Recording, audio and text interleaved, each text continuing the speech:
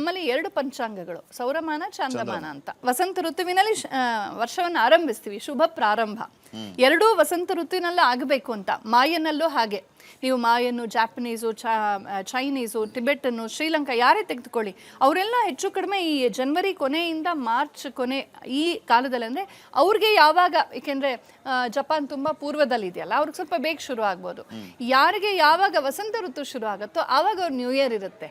ಎಲ್ಲರೂ ಕೂಡ ಪ್ರಕೃತಿಯನ್ನು ಆರಾಧಿಸ್ತಾ ಇದ್ರೆ, ಈ ಗ್ರೆಗೋರಿಯನ್ ಕ್ಯಾಲೆಂಡರ್ ಮಾತ್ರ ಯಾವ ಪ್ರಕೃತಿಯನ್ನು ಆರಾಧಿಸೋದಿಲ್ಲ.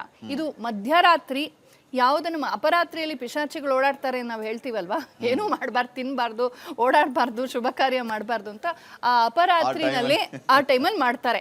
ಹೇಗೆ ಮಾಡ್ತಾರೆ ಹೋಗ್ಲಿ, ಅಲ್ಲಿ ಹೋಗ್ಬಿಟ್ಟು ಕುಡಿದು, ತಿನ್ನಬಾರ್ದನ್ನು ತಿಂದು, ಕುಡಿಬಾರ್ದನ್ನು ಕುಡಿದು, ಮಾಡಬಾರ್ದನ್ನು ಮಾಡಿ, ಪೊಲೀಸರ ಕೈಯಲ್ಲಿ ಒದಿಸ್ಕೊಂಡು, ಅಲ್ಲಿ ಮೋರಿನಲ್ಲಿ ಬಿತ್ಕೊಂಡು, ಆಕ್ಸಿಡೆಂಟ್ ಮಾಡಿಸ್ಕೊಂಡು, ಇದೆಲ್ಲ ಮಾಡಿಕೊಂಡು ನೋಡಿ ಎಷ್ಟು ಕಡೆ ಪೊಲೀಸ್ ಬಂದೋಬಸ್ತು ನೆನ್ನೆ ನೋಡಿದ್ವಿ. ಯುಗಾದಿಗೆ ಹಾಗಿರ್ಬೇಕಾ ಅಗತ್ಯ ಇದೆಯಾ? ಯುಗಾದಿ ಹೇಗೆ ಮಾಡ್ತೀವಿ? ಬೆಳಗ್ಗೆ ಸೂರ್ಯನ ಮೊದಲ ಕಿರಣವನ್ನು ನೋಡಬೇಕು ಅಂತ ನಮ್ಮ ಹಿರಿಯರು ಹೇಳ್ತಾರೆ. ಅದಕ್ಕಾಗಿ ಎಷ್ಟೋ ಜನ ತೀರ್ಥ ಸ್ನಾನಕ್ಕೆ ಹೋಗ್ತಾರೆ, ನದಿ ತೀರ, ಕೆರೆ ತೀರ, ಸಮುದ್ರ ತೀರಕ್ಕೆ ಹೋಗಿ ಆ ಉದಯೋನ್ಮುಖ ಸೂರ್ಯನನ್ನು ನೋಡ್ತಾ ಮೊದಲ ಮುಳುಗು ಹಾಕಿ ನನ್ನ ಪಾಪವನ್ನ ಕಳ್ಕೊಂಡು ನಾನು ಹೊಸ ವರ್ಷದಲ್ಲಿ ಶುದ್ಧವಾಗಿ ನಾನು ನನ್ನ ಜೀವನವನ್ನು ಪ್ರಾರಂಭಿಸ್ತೀನಿ ಅನ್ನೋ ಸಂಕಲ್ಪ ಮಾಡ್ತೀವಿ. ಭೂಮಾತೆಗೆ ಪೂಜೆ ಮಾಡ್ತೀವಿ, ಬ್ರಹ್ಮನಿಗೆ, ಸೃಷ್ಟಿಕರ್ತನಾದ ಬ್ರಹ್ಮನಿಗೆ ಯವಿಷ್ಠಿ ಅಂತನ್ನುವ ಹೋಮವನ್ನು ಮಾಡ್ತೀವಿ.